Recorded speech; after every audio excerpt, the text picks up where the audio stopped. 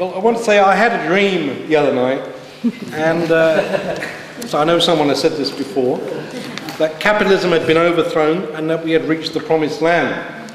I woke up and I booted up the laptop and checked the web pages of the Financial Times, and lo and behold, I saw this headline: "Undertakers deliver last rites for US capitalism." The dream, it was no longer a dream. The Financial Times was reporting this. Then I checked out the story. Unfortunately, it was about a press conference at the US Treasury where, under the stars and stripes and the big eagles and all the rest of it, they come to say, "I'm afraid we're going to have to take over some of our banks." And so it was the end of kind of independent US capitalism. Never mind, it was a good dream to have. Momentous times and dangerous times. I think they are momentous because, as other speakers have said, the myth that global capitalism was good for your health in all respects has been exploded. It has self-exploded. The idea that markets have all solutions, discredited.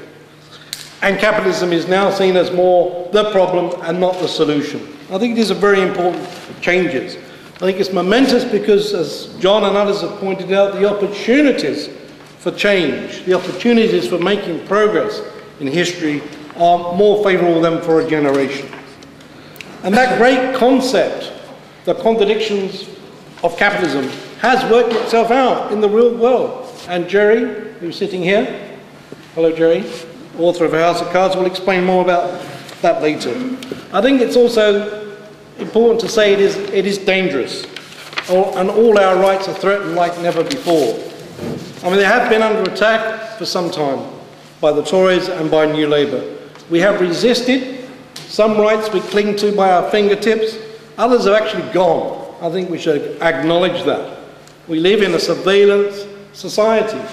We can't really operate without being tracked by the state. This is a right that has gone. In practice, there is no right, for example, to affordable housing. There are, 100,000 or more people in London who are homeless. The right to live in a safe, healthy environment has been wrecked by climate change. There is no right to strike in this country. There is no legal right to strike. The rights are about as where they were in the first part of the 19th century. The right to live in peace has been destroyed by the invasions of Iraq and Afghanistan. And the war on terror is turned into a war on society, a war on everyone's rights. The right to political representation, which they close that door a bit more quietly, has been turned into a farce. John, I know, is a Labour MP and he fights very hard, but he would also be the first to admit that the New Labour government, the New Labour Party, the Tories, the Liberal Democrats, can you put a paper between them when it comes to policy and practice? They all supported this bailout of the banks, all of them. And it's, you have a kind of a coalition government. So this commitment to capitalism, to the corporations, to the financial institutions, which all the major parties share, is really the end of political representation. Who is to represent us in Parliament? Well, the answer is, at this point, no one. So this is a difficult situation.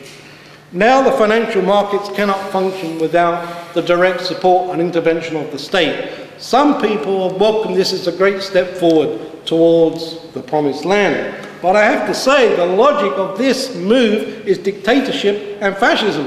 When banks come together with a capitalist state, it does not equal freedom. This is a dangerous road, and I would put into that context these evil remarks of the evil immigration minister this morning, that there are too many foreigners and we have to keep them out so that we'll have British jobs for British people. Of course, then it becomes, perhaps there are too many people in this country whose skin is not the same colour as the indigenous population, and they're taking the jobs. And where does it go from there? There's no access. And, a message from the sponsors, we tried to explain this in the book, which is, available out there, to show that the state is what it is. It is a capitalist state. And I think that's very important to understand. But we can change the situation. If people switch off their mobiles, we'll get there quicker. So, what to do? I was at a meeting earlier this week in the Palace of Westminster, and one of the leaders of the Prison Officers Association had a great idea. I think he works up at Brixton. And his view was that the bankers, a number of the bankers who are responsible here, not worried about their bonuses, but they ought to be locked up in Brixton Prison. I thought this is a real good starting point. I would agree with that. But how do we get to that situation where we can lock these bankers up in prison and perhaps rehabilitate them if they're possible to rehabilitate? I'm not so sure. And in order to be able to lock bankers up is a revolutionary act. To be able to do that, we need a movement to enforce that. So that's why we're launching today, and you'll find it inside your program, a charter in the spirit of the Chartists of the 19th century. It's got 6 points, but they're different. And it's in that spirit we launched this charter, and I'll explain a bit about it in a moment. I just wanted to say about the original Chartist movement of the 1830s and 40s this. In June 1837, there was a meeting, one of many meetings going on at that time, in the East London Democratic Association. It passed the following resolution. It was proposed by George Harney. He said that the brethren of the working and productive classes form similar associations to us as the only rational means of obtaining universal suffrage and, quotes, the overthrow of the moneyed tyrants who grind the sons of labour and women to the dust. Now that's where we're at, because as we know, 30 years after the Chartist movement, workers got the vote, but they didn't get the power.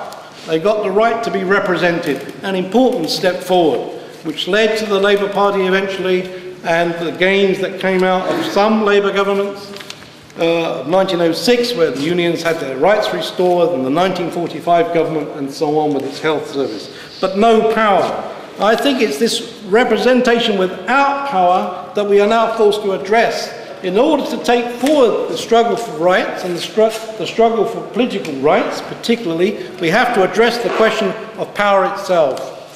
So we need to connect with this history of the Chartists, but take it forward. The right to vote was won and has been established. The right to be in charge, the right to have the power, the right to determine what happens in our lives has not yet been achieved, and this is what we have to achieve. So the new charter, in the spirit of the Chartist movement, says the existing system of government fails to represent the interests of the vast majority of people and is democratic in name only. Instead, the state's primary purpose is to promote business interests at the expense of ordinary working people. Following the bailout of 37 billion and commitments of 3 trillion, who can doubt that this is exactly what this state is? It is a business, corporate, financial state, and it won't get any better. So the Charter aspires to create a democratic, Republican Britain based on a written constitution that would, some of the points I will now rush through, create in place of our present state new local, regional and national assemblies representing diverse communities and workplaces, extend democracy through cooperative forms of ownership and control of major corporations, enterprises and services, establish new social rights and guarantee basic rights and human rights and freedom from state surveillance and interference, and safeguard the religious and civil rights of minority communities, and ensure that both ecological care and basic human needs shape production, consumption and lifestyles in place of profit. These are the aspirations of this charter, and it does, of course, doesn't equal change, and nor do we claim as a will to win to have all the answers, but we will. That's why we do work with others and have to work with others in the form of solidarity that John talks of. But we know this, and we have learnt this through our work and our research and our understanding of history, that the existing, in our view, the existing capitalist state and economic and financial system is in deep crisis. They cannot control the slide into recession. The markets have spoken. We know also that neither the state nor the economic system can be reformed in any meaningful way.